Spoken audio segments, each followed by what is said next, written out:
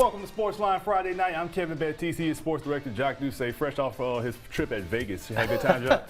I was very old and boring. I've got nothing exciting to report from that trip. But we hopefully will have an exciting show for you tonight. It's the regular season debut, and we've got some new kids on the block, so to speak. I did not see those guys in Vegas, but Prairieville is a brand new school, and tonight they took the field for the first time, and here they are, rock you like the Hurricanes, playing host to Thrive this evening. And you know, Kevin, a lot of schools, they do the 2-year acclimation period in junior varsity. Not Prairieville. They're jumping right into it, and right off the bat, their defense makes a big play. It is Stanton de la Paz. The ball just kind of squirted away from the running back. Obviously a wet night there, and de la Paz gets the recovery. And then on the offensive side of things, the sweep to Taj Wallace. So I guess this is historic, right? This is the first touchdown in Prairieville history, and it's scored by Wallace, 7-0 Prairieville. And then they go to the air. It is Charlie Green to Parker Feist. I'm guessing a nice gain. And then they're going to run the quarterback sneak. It'll be Green into the end zone for the score to make it 14-0. So the home team enjoying their debut so far in front of the fans. Got turf out there, and obviously tonight, weather was a challenge everywhere. You take a look at Daniel Williams on the sack. It's picked up by Montrell Cleveland, and Taj Wallace will find his way into the end zone again. Prairieville was leading 20-0 at the end of the first quarter on this touchdown run, and the final score this evening, as it appeared, it was a very victorious debut for the Hurricanes indeed. 33-0 is your final score for head coach Mike Schmidt and company. All right, congrats to Prairieville on the first win. While that was the beginning for them, we had the return in Roseville, Northville, their first varsity football game since 2008 as they hosted Central Private. Pick it up on the first drive. B.J. Malonsaw is going to get the end around, made a couple of guys miss, and then turns up down the sideline before he is knocked out of bounds at the 2-yard line. Almost got the touchdown, but 3 plays later, his quarterback, Justice Roy, is going to go in on the QB sneak. 2-point conversion, no good, so 6-0 Bears. Skip ahead to the second quarter. That's when the Bears really turned it up. Malonsaw is going to give the pitch to Jeremy Favorite, and here he comes to the corner, and he sneaks inside the pylon for a touchdown. 2-point conversion, no good again, so it's 12-0 as the fans are enjoying themselves.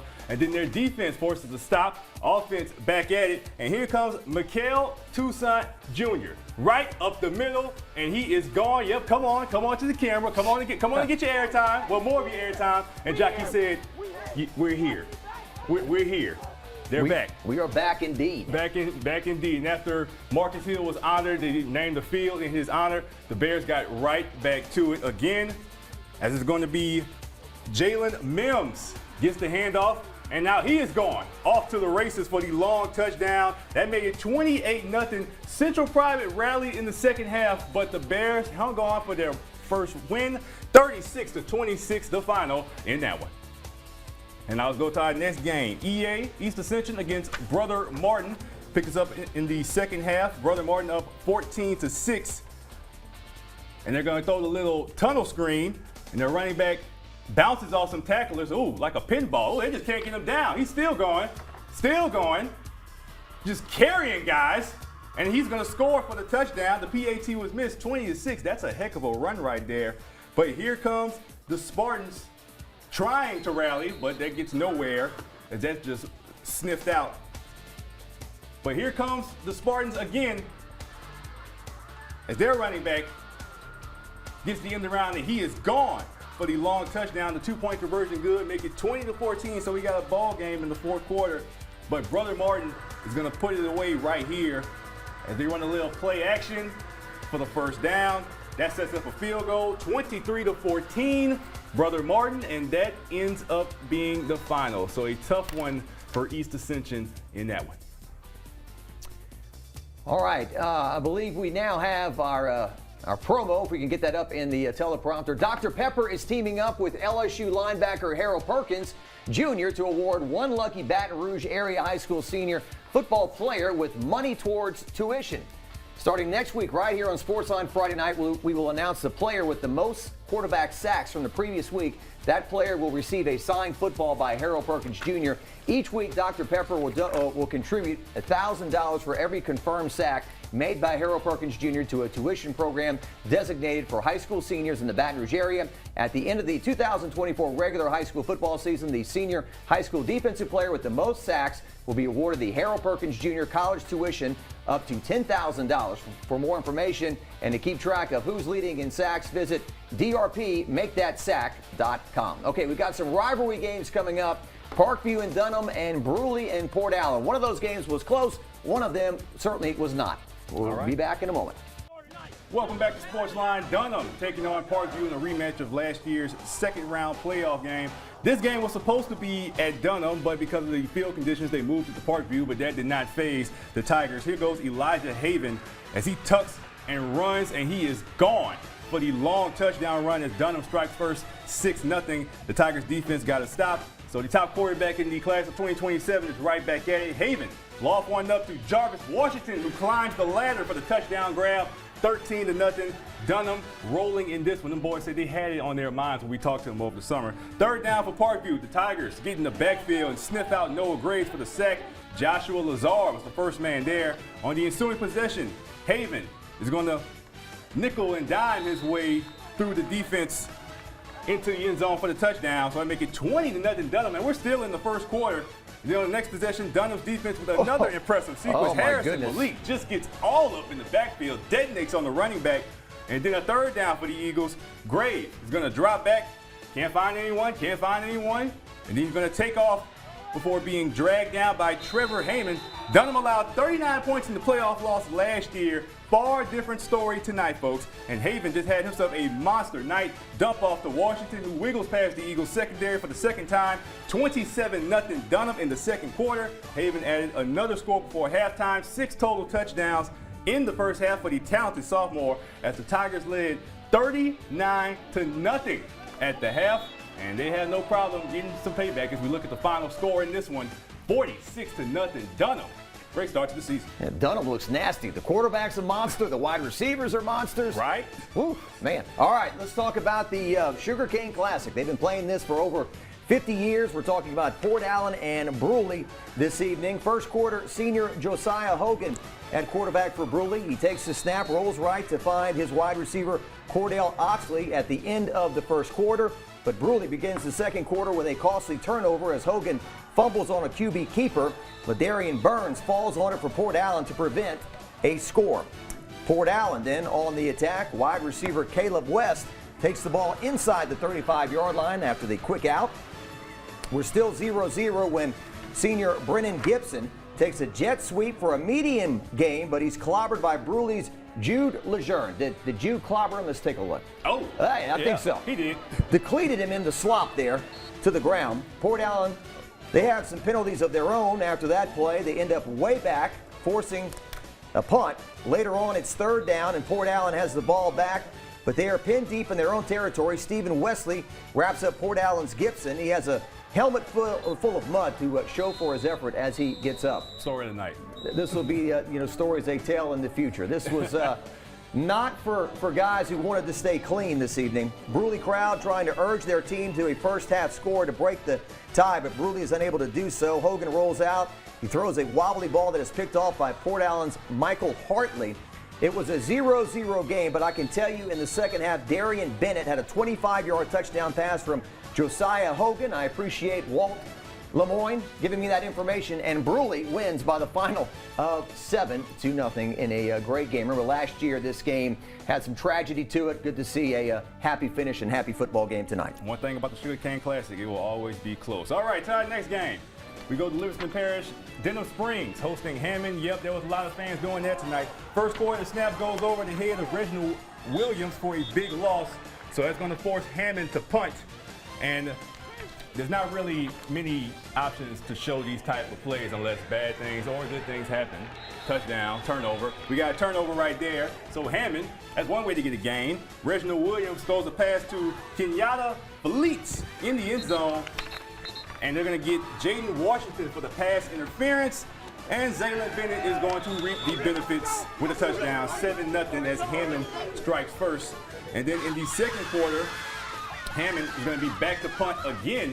And it must have been the wet football, so we have another snap that goes over the punter's head.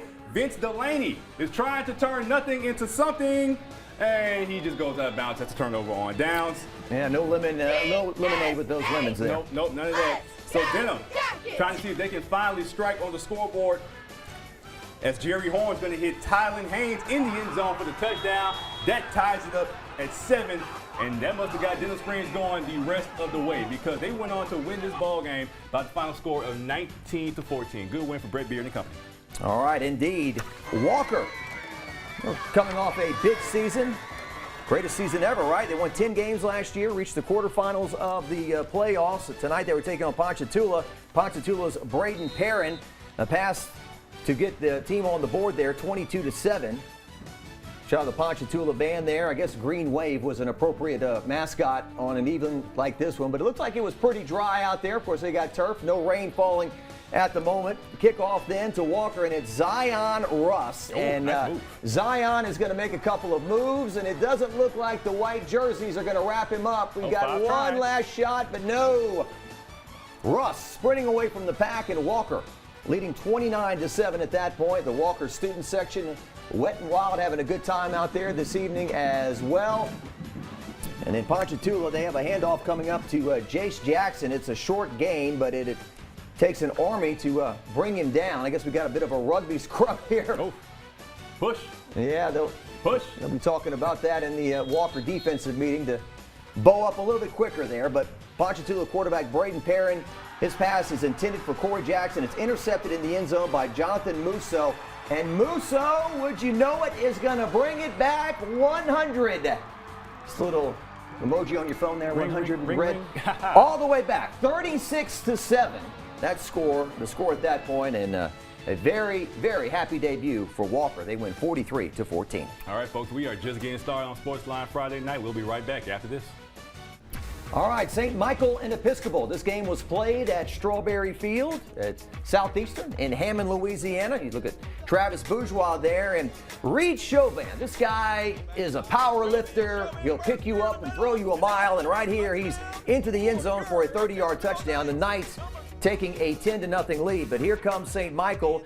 Deontay Campbell. This guy used to be at McKinley. Now he's with the Warriors. He had 80 yards on 3 carries, including a long touchdown run right here. So Episcopal leads 10-6. Third quarter, a 42-yard field goal by the Knights' number 42, Jacob Berg. They would lead 13-6.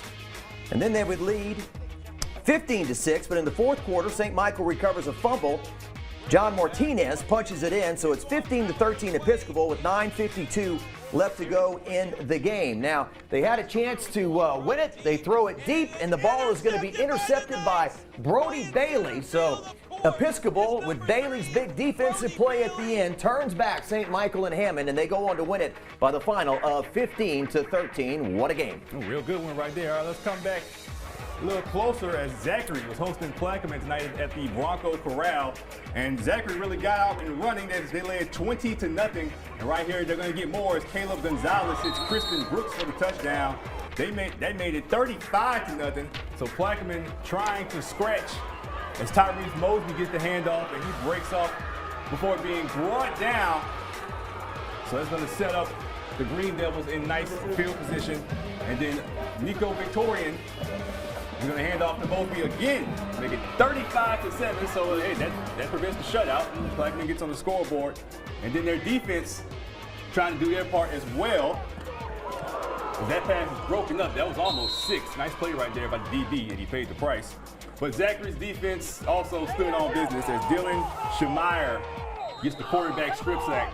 And Zachary just had no troubles in this one as we look at the final score. Oh, we got another play? Oh, no play. We got the final score, guys? No final.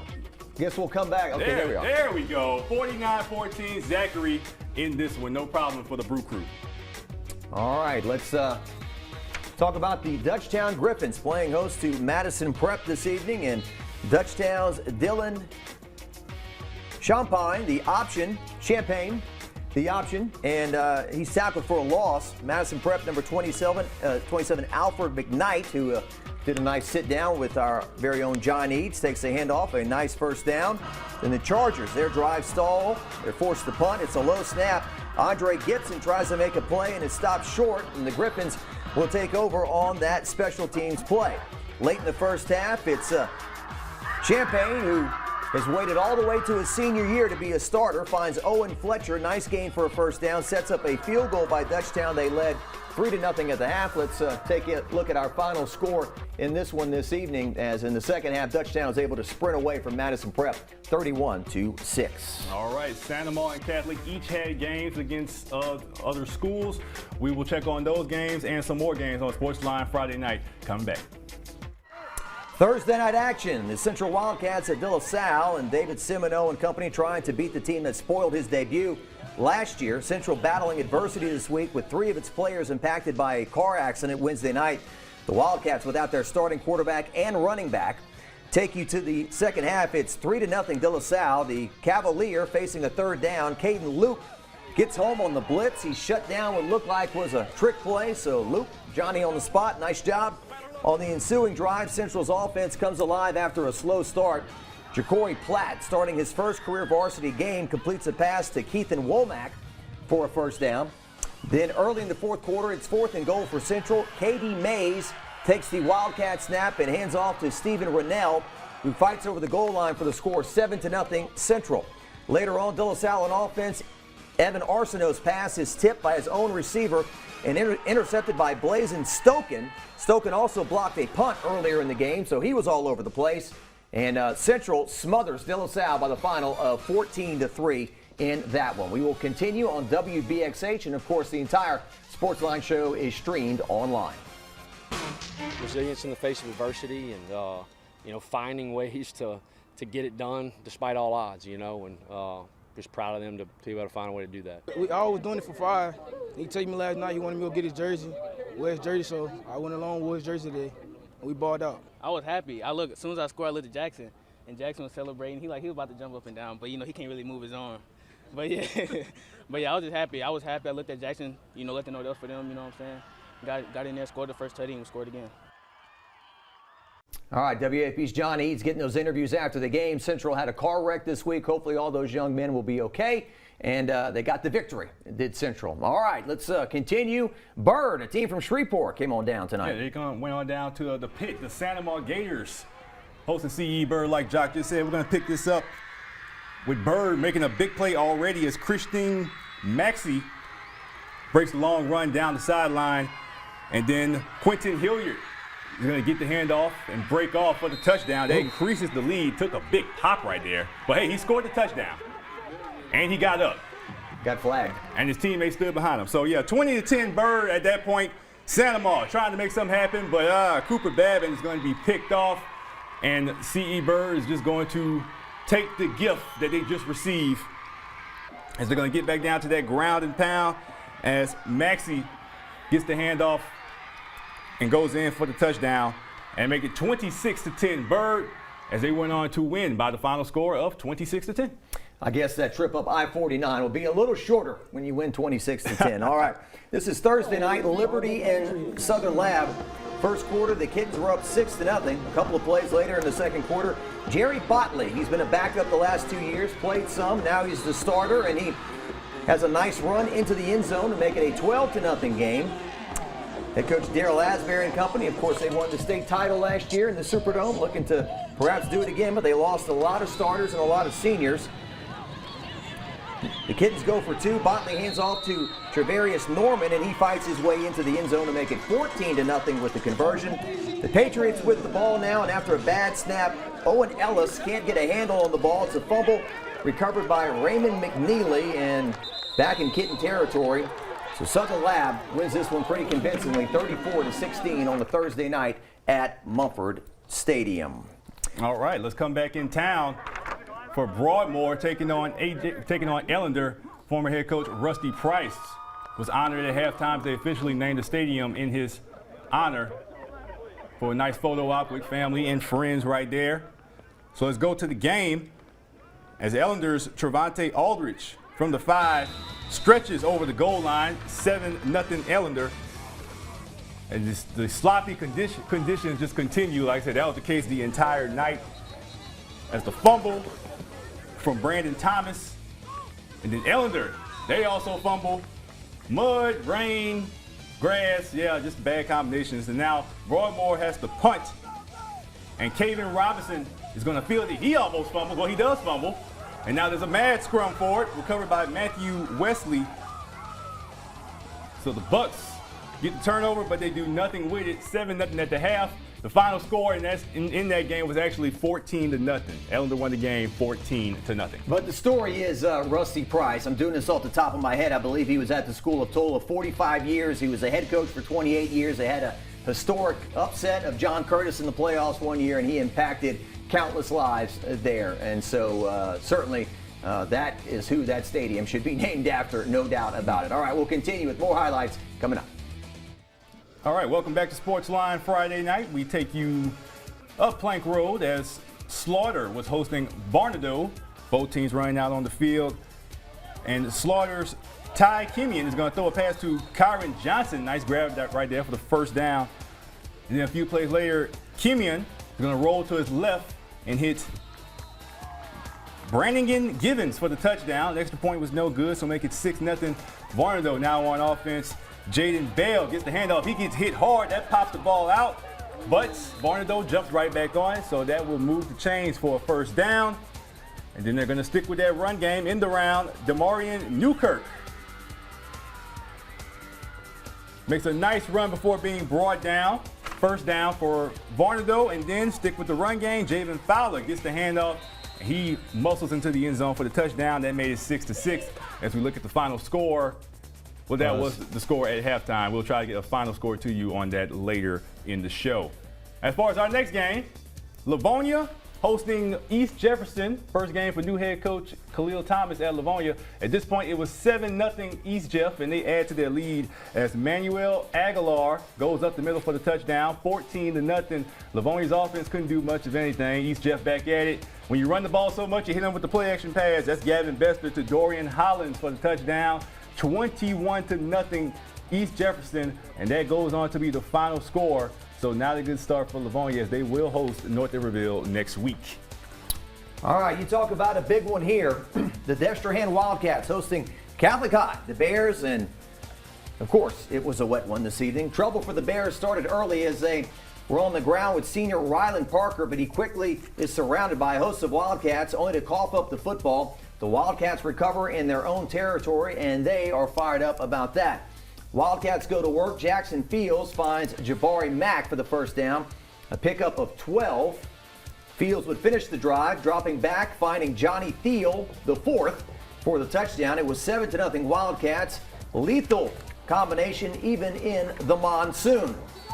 Bears looking for redemption. Ian Locklear hits Baylor Graves on a screen pass, but he stopped for a short gain. Long celebration.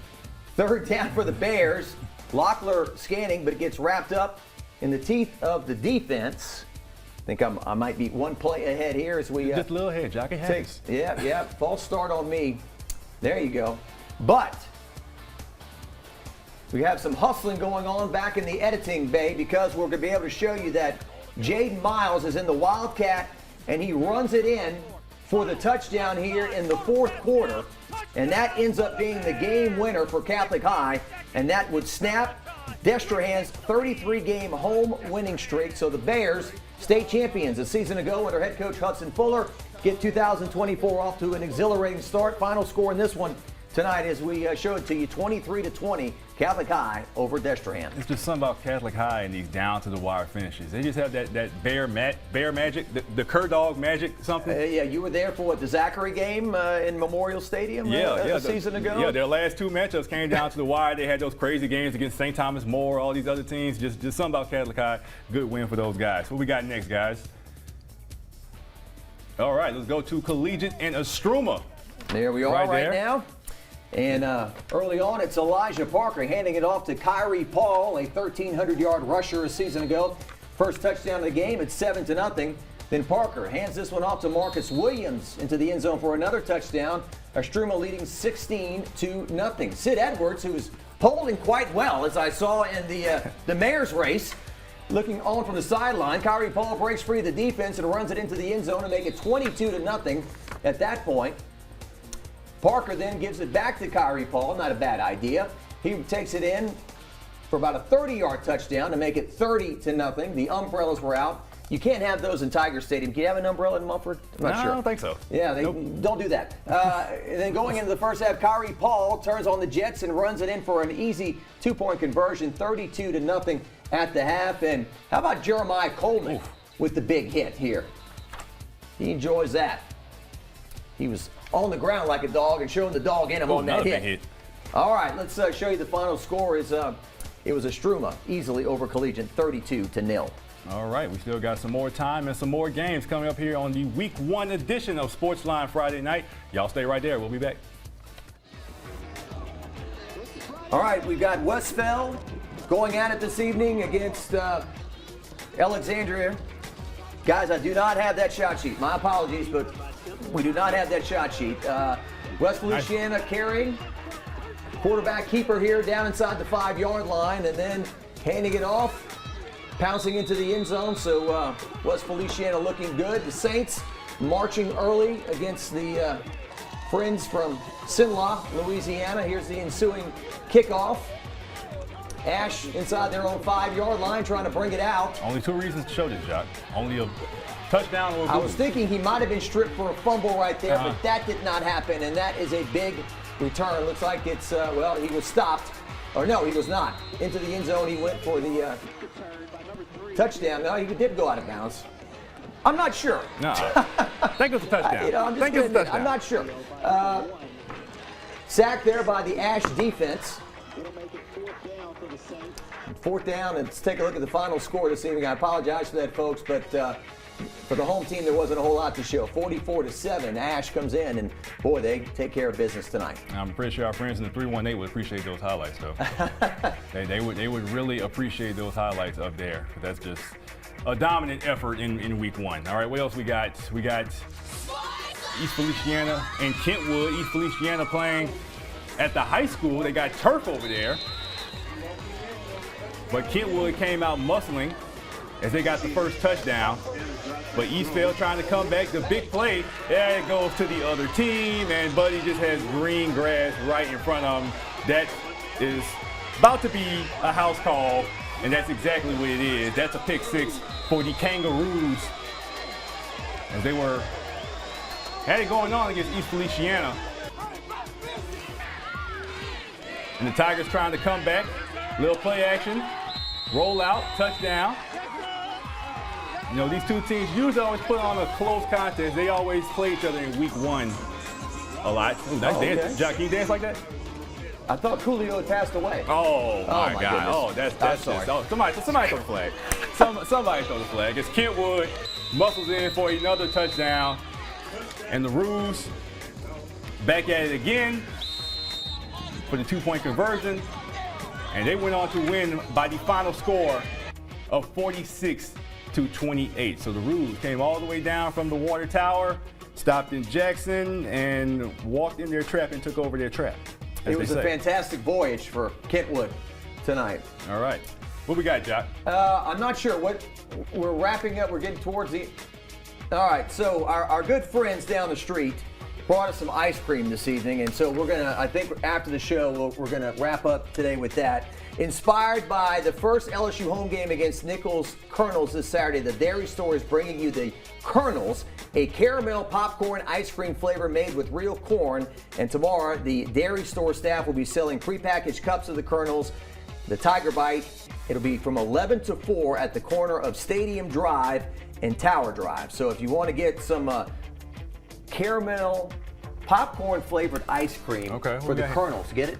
Colonels. There you go. So once again, tomorrow, corner of Stadium Drive and Tower Drive before LSU and Nichols go at it. Maybe we can just recap some scores from the top of the show this evening before we say goodnight. That big Dunham game tonight. Dunham just blowing out Parkview Baptist tonight by the final of 46-0 was the final. And that one we had...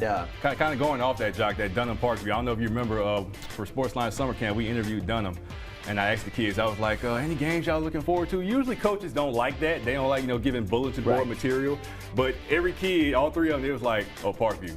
I'm like, yep, just say no more. I guess that works out because it's the first game. It wasn't down the road. So they were looking ahead to that first game, and boy, they took care of business. Guys, if we could just show some scores from the top of the show, that would help us. Folks, tonight was really crazy. I mean, the weather has really changed the schedule, moved games around to the weekend, moved them to Sunday, Saturday. We did our best to get as many games as we could on the air for you, and hopefully next week will be a little bit different for us. Yeah, as far as those games that got rescheduled to the rest of the weekend, we got U High at Woodlawn at 9 a.m. tomorrow.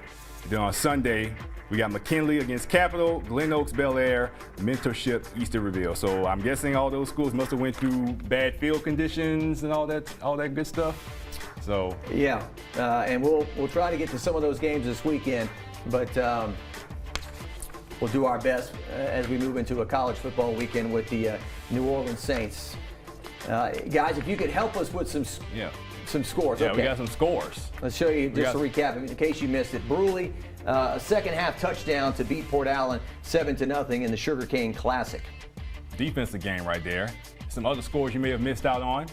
As we mentioned, Dunham and Parkview. Dunham almost got the 50-piece in a game that was technically their home game, I guess, even though the game was at Parkview, but they still got the job done, 46-0 the final in that one. Other scores you might have missed out on. Prairieville, a victorious debut for them, their first game ever against Thrive Academy, 33-0. Jack, I want to ask you real quick, what was kind of like the scene out there, I guess, for your first varsity home game? Like the support, all that, how was that like? It had a nice crowd. It was, hurt a little bit because it was raining and it was nasty everywhere. And while we're on the air, I want to thank everybody from Channel 9, yourself and all our videographers and all the people that work hard on the show that got out there tonight and got those highlights, because it was not a pleasant evening for football. Hopefully next week will be better. Other scores to tell you about this evening. Sandoval had a rough one tonight at home in the pit against C.E. Bird. And on Southern Lab, this was a Thursday night affair against Liberty, 34-16 the final. I was reading that the new Liberty coach, he does not like to pass the ball or punt it. Oh my God, wing T, baby.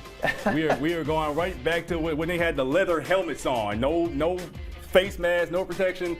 Wing T, wishbone, whatever. Hey. Let's tell you about the new coach. He does not pass the ball and he does not punt the ball. All right, 34-16 was the final Southern Lab. Other scores to tell you about, it was North Iberville over Central Private, 36-26 the final, as a team close to your heart, Kevin Baptiste, makes a victorious return. First game in 15 years, I believe. Yeah, first varsity game since 2008. 16, yeah. The rain did not slow down the crowd much. Like I said, it was still a good environment. People were out there, and there's nothing like getting that first varsity win, especially when you jump out to a 28-0 lead in the fashion that they did. So good stuff for the folks out there in Rosedale. Jock says that near and dear to my heart. I'm just from the area. I'm just from Rosedale. So you didn't go to school there. Did not go to school there. So yeah, right. We got a couple more scores. East Ascension loses to Brother Martin tonight at home, 23-14 the final in that one. And I think we got one more score to show you this evening. It was Plaquemine going to Zachary and David Brewerton and company, a very victorious debut to 2024. They take out Plaquemine by the final of 49-14. All right, Jock, we're here. We're here. I mean, we got high school football back. We got LSU, Southern already in business. LSU plays Nichols, Southern plays Savannah State.